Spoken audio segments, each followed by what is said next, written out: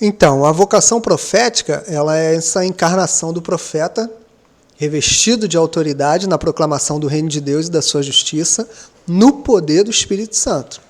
Então, ele é um embaixador do reino, é um representante de Deus, e desse modo a sua ação prática ela realiza virtudes e bondades para todos os que estão em sua comunidade, para todos os que estão em sua proximidade, para todos os que estão ao seu redor.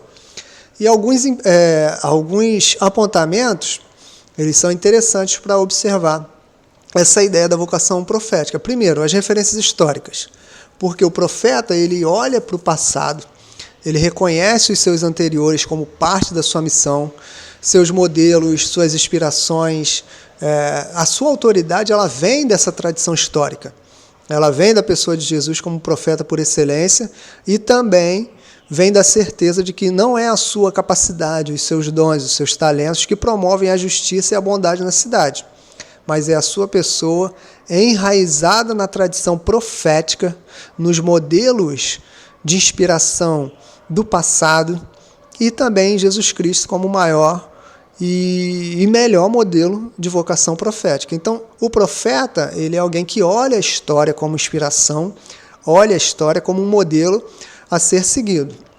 Bom, 2. A vocação profética ela é a encarnação da profecia. Cristo se fez carne. Isso não é uma ideia filosófica, não é uma doutrina teológica, não é um pensamento a ser debatido ou elaborado. O profeta, ele encarna. O profeta, ele se faz presente, ele está ali na comunidade. Ele não é um falador, um ativista de rede social, alguém que está sentado dentro de casa tentando mudar o mundo pela internet. Não, o profeta encarna. O profeta, como diz o Clodovis Boff, ele faz teologia com os pés no chão.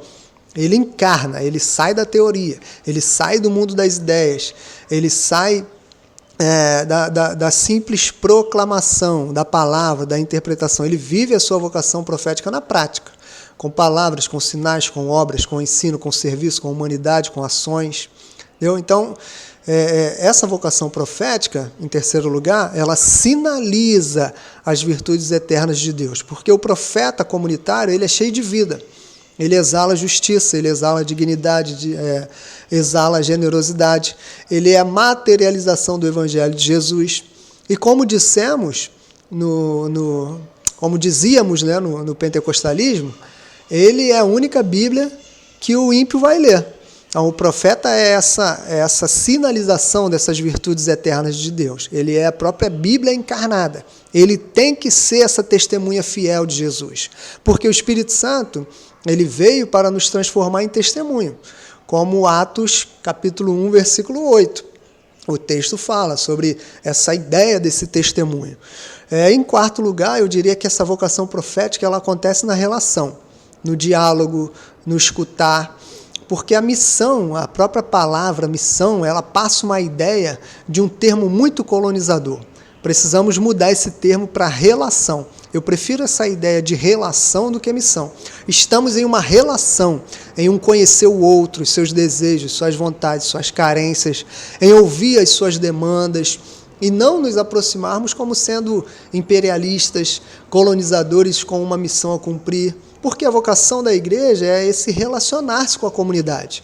O cumprimento profético está na relação, está na comunhão, está na forma como ouvimos o outro. Essa relação não está no demonstrar poder, mas está em demonstrar virtudes, afetos, amor, misericórdia, graça.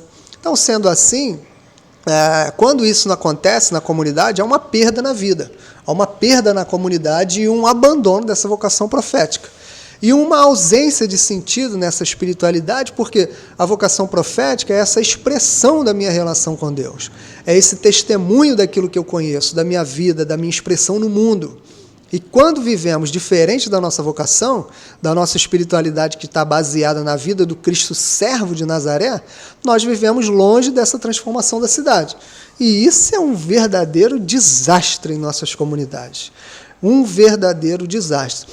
Então, talvez essa falta dessa percepção profética no sentido de relação, no sentido de testemunho, no sentido de expressão das virtudes de Deus, seja uma dessas respostas dos desajustes que nós estamos vivendo hoje em nosso país e em nossas comunidades. Então precisamos resgatar essa ideia dessa vocação profética como sendo propriamente essa encarnação e esse revelar das virtudes e dos afetos do Evangelho.